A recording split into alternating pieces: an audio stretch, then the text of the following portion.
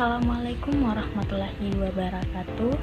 Hai semuanya, perkenalkan nama saya Husnul Awalia, NIM 24601028 dari kelas Manajemen B.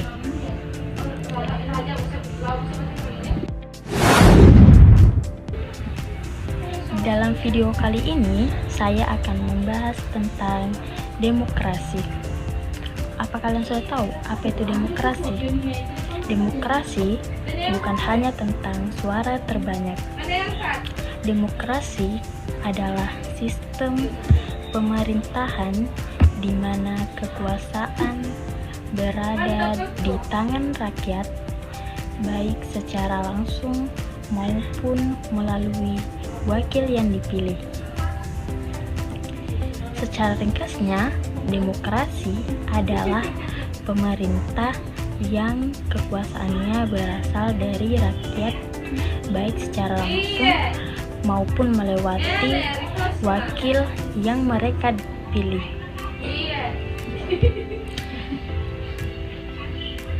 Nah, latar belakang demokrasi.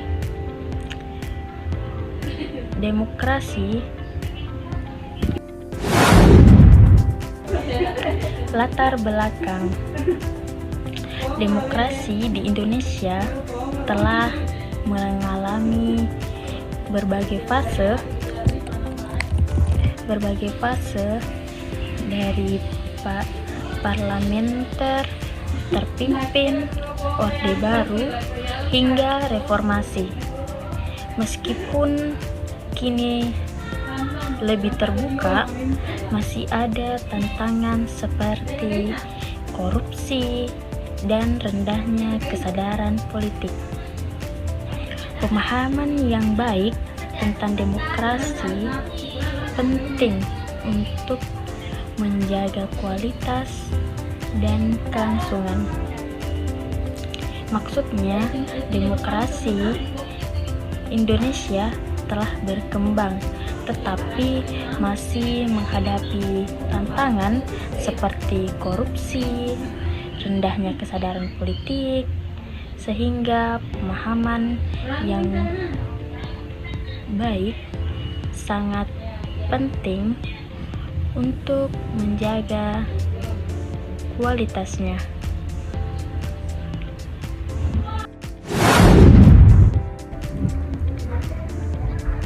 Nah, rumusan masalah yaitu bertujuan untuk mengulas pengertian dan bentuk-bentuk demokrasi, nilai-nilai yang mendasarinya, serta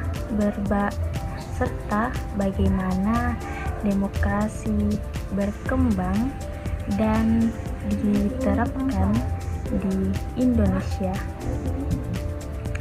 dari masa kemerdekaan hingga era reformasi, termasuk tantangan yang dihadapi dalam mewujudkan demokrasi yang sehat dan berkualitas.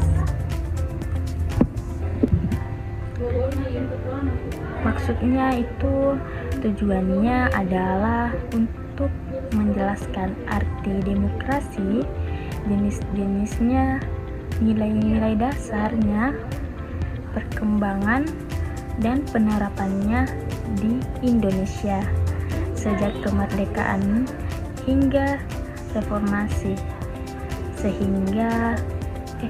serta tantangan dalam membangun demokrasi yang baik.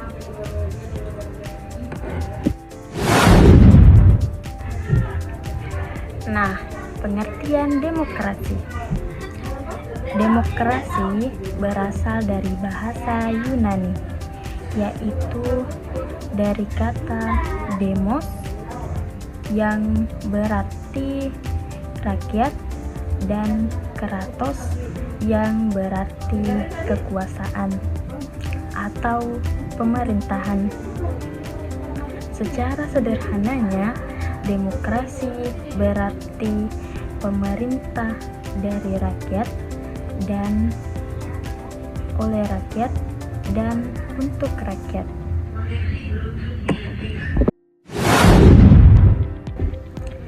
Bentuk-bentuk demokrasi yaitu ada 8. Yang pertama, demokrasi langsung. Demokrasi langsung ini seperti rakyat ikut langsung membuat keputusan politik. Yang kedua, demokrasi perwakilan, yaitu rakyat memilih wakil untuk membuat keputusan politik. Yang ketiga, demokrasi parlementer. Demokrasi ini kekuasaan eksekutif berasal dari dan bertanggung jawab kepada parlemen. Yang keempat, demokrasi presidensial, yaitu presiden dipilih langsung oleh rakyat dan terpisah dari kekuasaan legislatif. Berikutnya ada yang kelima, demokrasi liberal, menekankan kebebasan individu seperti hak berpendapat dan berpolitik. Demokrasi yang keenam, demokrasi sosial, yaitu mengutamakan keadilan sosial dan kesejahteraan bersama dalam pengambilan keputusan.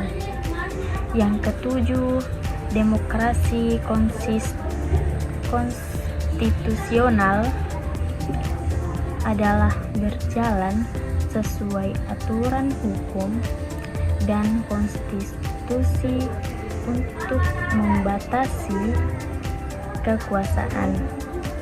Yang terakhir, yang kedelapan, demokrasi Pancasila, demokrasi yang berdasar nilai-nilai Pancasila, mengutamakan musyawarah, keadilan sosial, dan persatuan. Nilai-nilai demokrasi. Nilai-nilai ini ada 10 bagian. Yang pertama, kebebasan adalah setiap orang bebas berpendapat dan bertindak selama tidak merugikan orang lain. Yang kedua, persamaan hak. Semua warga negara memiliki hak dan kewajiban yang sama. Yang ketiga, keadilan. Setiap orang diperlakukan secara adil sesuai haknya. Yang keempat, musyawarah untuk mufakat. Keputusan diambil lewat diskusi bersama untuk mencapai kesepakatan. Yang kelima, toleransi adalah menghargai perbedaan dan hidup berdampingan secara damai. Yang keenam, ada tanggung jawab, ialah sikap sadar dan mau menanggung akibat dari tindakan sendiri. Yang ketujuh, supremasi hukum atau rule of law, yaitu semua orang tunduk pada hukum yang berlaku tanpa terkecuali. Yang kedelapan, keterbukaan atau transparansi. Pemerintah bersikap jujur dan terbuka dalam pengambilan keputusan. Yang kesembilan, partisipasi warga, aktif warga negara. Warga ikut terlibat dalam proses demokrasi seperti pemilu dan diskusi publik. Yang ke-10, kontrol sosial. Masyarakat ikut mengawasi jalannya pemerintah agar sesuai dengan aturan dan kepentingan rakyat.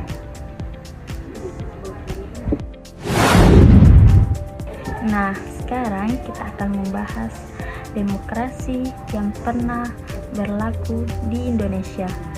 Yang pertama ada demokrasi parlementer 1945 sampai 1959. Yaitu parlementer memegang kekuasaan kabinet seiring bergantinya karena kurang stabil.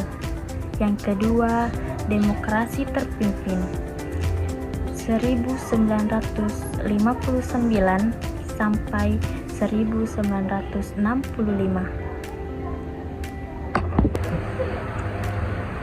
2. Demokrasi terpimpin 1959 sampai 1965. Kekuasaan terpusat pada presiden dan partisipasi rakyat dibatasi. Yang ketiga, demokrasi Pancasila era Orde Baru 1966 sampai 1998. Pemerintahan stabil tapi otoriter, demokrasinya hanya formalitas. Yang keempat ada demokrasi reformasi 1998 hingga sekarang. Demokrasi ini lebih terbuka, rakyat bebas berpendapat dan memilih, meski masih banyak tantangan.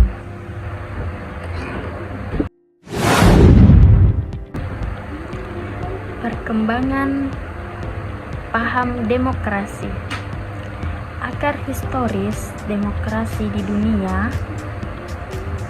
Yang pertama muncul di Yunani kuno atau Athena, bentuk demokrasi langsung. Yang kedua, bangkit kembali lewat revolusi Amerika dan Perancis. Yang ketiga, dipengaruhi pemikiran filsuf seperti John Locke dan Rousseau.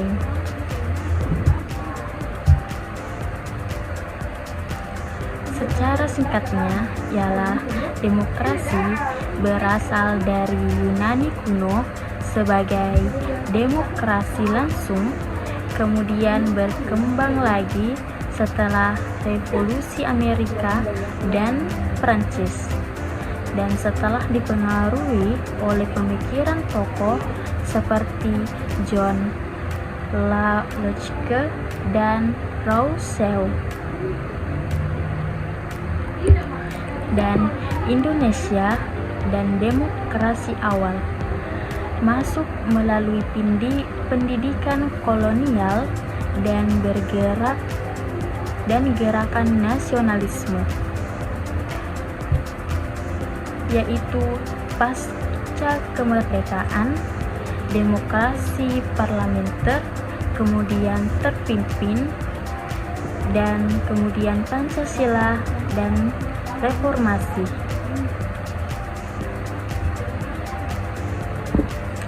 Perkembangan paham demokrasi. reformasi dan kemajuan demokrasi. Demokrasi pasca 1998, pemilu langsung, kebebasan pers, peran masyarakat sipil. Tantangan yang terjadi ialah politik uang, oligarki, dan korupsi. Maksudnya, setelah 1998, demokrasi di Indonesia semakin maju dengan pemilu langsung dan kebebasan pers, namun masih menghadapi masalah seperti politik uang, oligarki, dan korupsi. Ada juga globalisasi dan demokrasi digital. Partisipasi publik lewat media sosial dan digital. Tantangan baru, hoax, disinformasi, polarisasi opini online. Maksudnya, demokrasi digital memungkinkan partisipasi lewat media sosial, tapi menghadapi tantangan seperti hoax, disinformasi, dan perpecahan pendapat di dunia maya.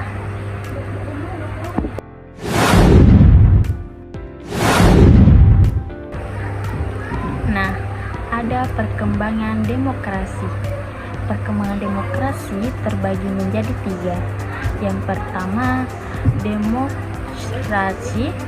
Yang kedua, representation. Dan yang ketiga, human right. Kita akan membahas yang pertama. Demokrasi ialah kekuasaan dari rakyat untuk rakyat melalui sistem yang adil. Yang kedua, representation ialah rakyat mewakili rakyat memilih wakil untuk menyuarakan kepentingan mereka. Yang ketiga, human right ialah demokrasi menjamin hak asasi setiap individu seperti kebebasan, kesetaraan, dan keadilan.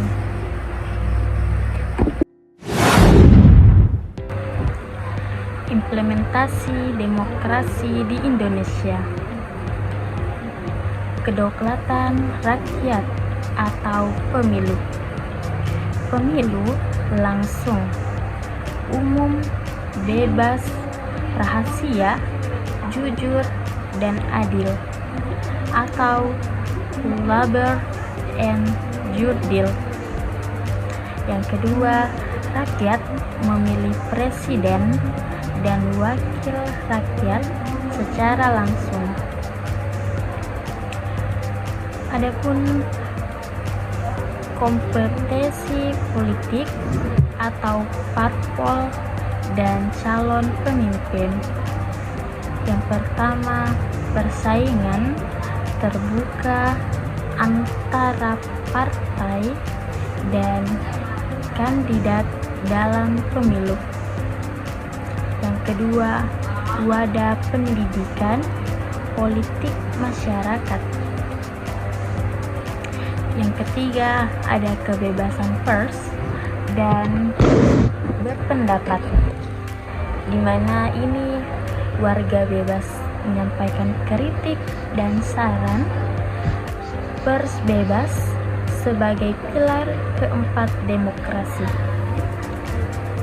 Dan yang terakhir, kehidupan sosial budaya demokratis, toleransi dan musyawarah dalam masyarakat majemuk. Kegiatan demokrasi di tingkat lokal atau warga negara atau musyawarah warga dan BP.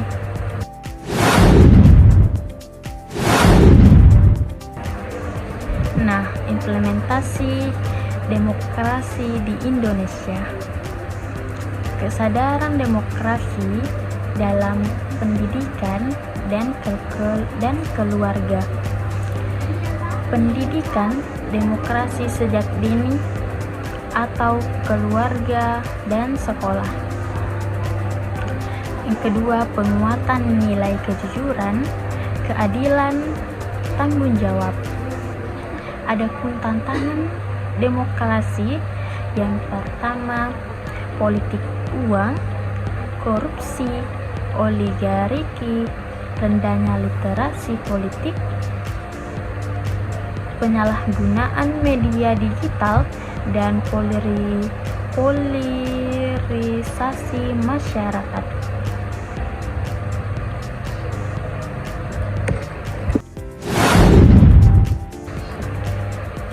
Nah, kesimpulan dari demokrasi menempatkan kekuasaan di tangan rakyat, dan di Indonesia berkembang melalui berbagai fase sehingga era reformasi berlandaskan Pancasila. Demokrasi Indonesia menekankan musyawarah, keadilan, dan partisipasi publik. Meski telah banyak kemajuan dan tantangan seperti korupsi, rendahnya literasi publik yang masih harus diatasi bersama.